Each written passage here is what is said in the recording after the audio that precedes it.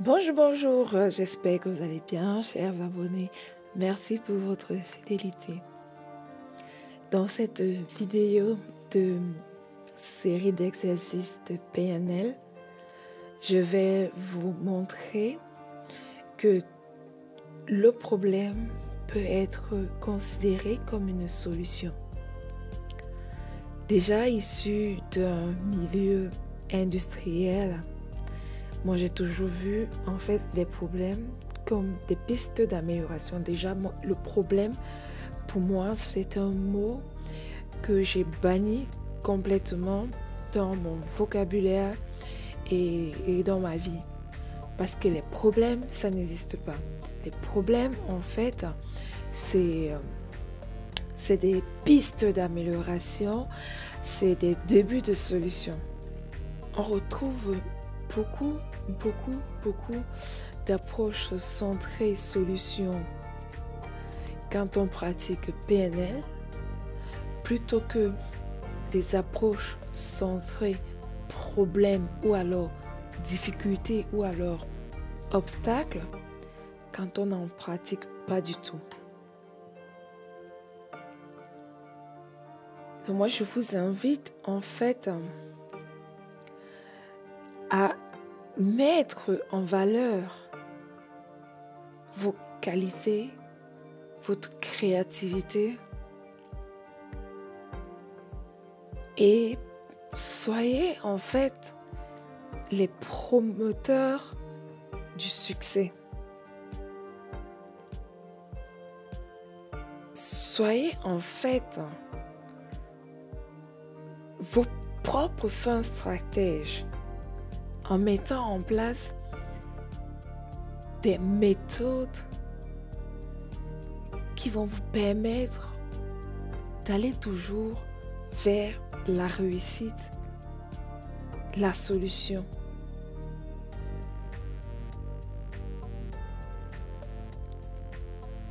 Parce que lorsque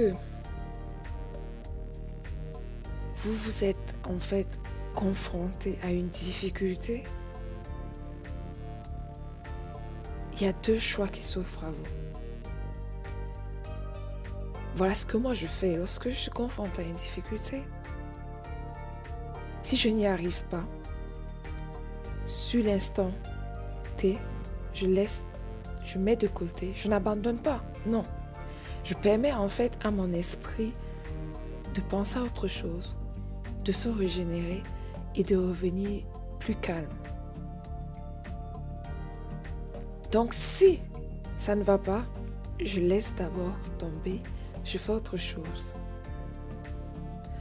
Et je reviens et je réessaye, et je réessaye, et je réessaye. Et si ça ne marche pas, au lieu de me buter, je demande de l'aide.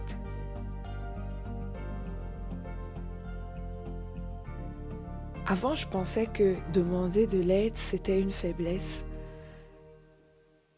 Et que les gens à qui on demande de l'aide se moqueront de moi, de vous. Mais c'est faux. Il faut savoir demander de l'aide.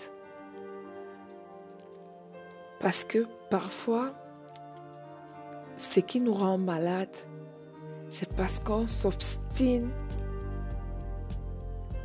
à vouloir résoudre par peur que quelqu'un nous dise « c'est moi qui t'avais aidé, je t'ai aidé à faire ci, grâce à moi tu as réussi ».